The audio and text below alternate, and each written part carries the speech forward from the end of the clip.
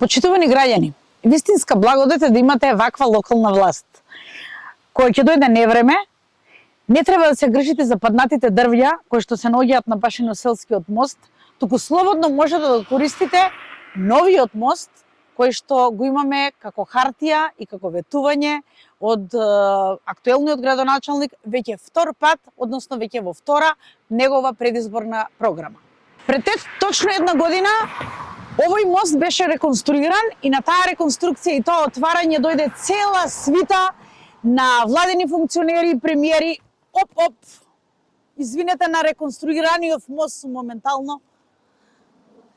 Значи, истите тие луѓе дојдоа и пред неколку дена во Велес да пуштаат улички, патчиња, да ветуваат дека дури и катната гаража ќе се стават темели и кај да е ќе тргне и таа работа.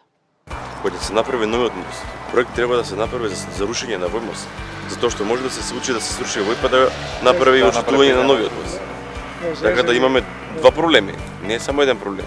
Треба да се види до каде е проектот и дали воопшто постои. Ако не, треба да се фати еден првите приоритети, прво проектирање. И сакам да го прашам актуелниот градоначалник и актуелниот премиер.